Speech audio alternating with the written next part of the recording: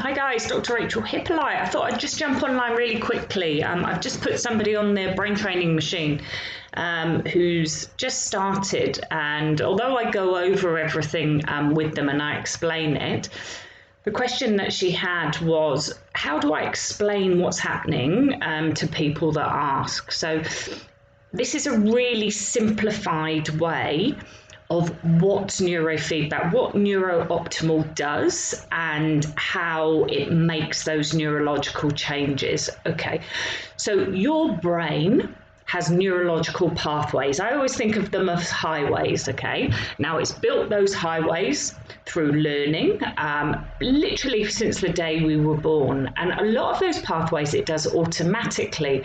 And the reason it doesn't automatically is it's much quicker for them to do. When we have to think about doing things consciously, it takes much longer. So when your brain learns, eventually it builds these neurological pathways that it just does automatically without even thinking about it. And it's learned to do that based on things that have happened in our past. So if you imagine when you're learning to walk, you consciously have to think about it. You make mistakes, you fall over, you get up, you keep practicing. And then eventually those neurological pathways actually become automatic. So you and I don't have to think about walking. We don't have to think about what we need to do with each muscle. Our brain does it behind the scenes subconsciously. And that's what happens with the majority of our thoughts, the majority of our bodily functions. It's done automatically, which is fantastic if it's appropriate to what is going on in our life. Now, things like negative thinking, anxiety, depression, poor focus, all of these things are when the brain is basing those neurological pathways based on something that's happened in the past that's not relevant in your life now. And what happens is the brain becomes really desynchronized, and it's not efficiently sending messages. Okay, and so what the brain training does is it works on neuroplasticity. So where it's learnt those pathways in the past, but it gets it to look at the pathways that it has learnt rather than do it automatically. So when you're on the machine, all the machine is doing is giving your brain information. So it's assessing the electrical activity in your brain. And when it assesses what we would call a turbulence, so that's literally just a mathematical electrical sense that it sensed in that moment, that is what is. So with the brain, when it goes into that turbulence, all it means is it's just about to do something. It's just about to change and go down a neurological pathway. Now that might be from sleep to wakefulness.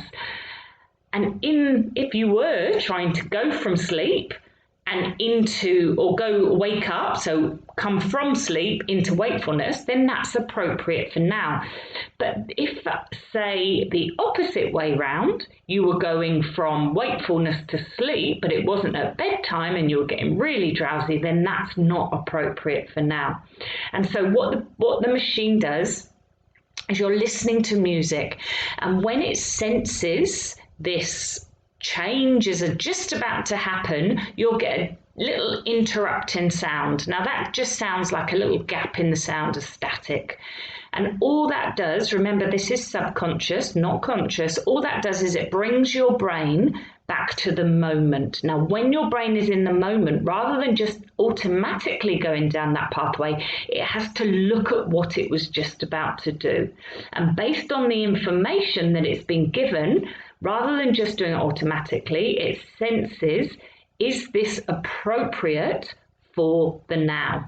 And if it's not appropriate for now, and if you think about it, most stress, anxiety, depression, poor focus are actually really energy efficient. So when our brain is desynchronized and not functioning well, it's actually using too much energy. It's hard work for it to do. And so if it's given a better option based on that information, it will take that better option. And this is what happens with brain training. It senses, it looks at what it was just about to do, and it assesses whether it is appropriate for now. And if it's not appropriate for now, it will send a healthier pathway that is more appropriate for now. And the more we do that, the more we strengthen those new pathways. Those new pathways will then eventually become automatic, but they're much healthier ones based on the moment. And that's how NeurOptimal neurofeedback works, to train the brain using its neuroplasticity, so its ability to change and to grow when given the right information. Hope that makes sense, guys. It really is powerful stuff. The results that I'm getting with my clients are nothing short of amazing, with myself, with my family as well. If you do have any questions, please post them below or PM me about what it can help. Remember, all we're doing is training the brain to work at its best. When it works at its best, it's synchronized, it is flexible, it's resilient, and it works well with the world that we live in. So we train our brain to work at its best rather than treat symptoms. Hope that makes sense, guys. Chat to you soon.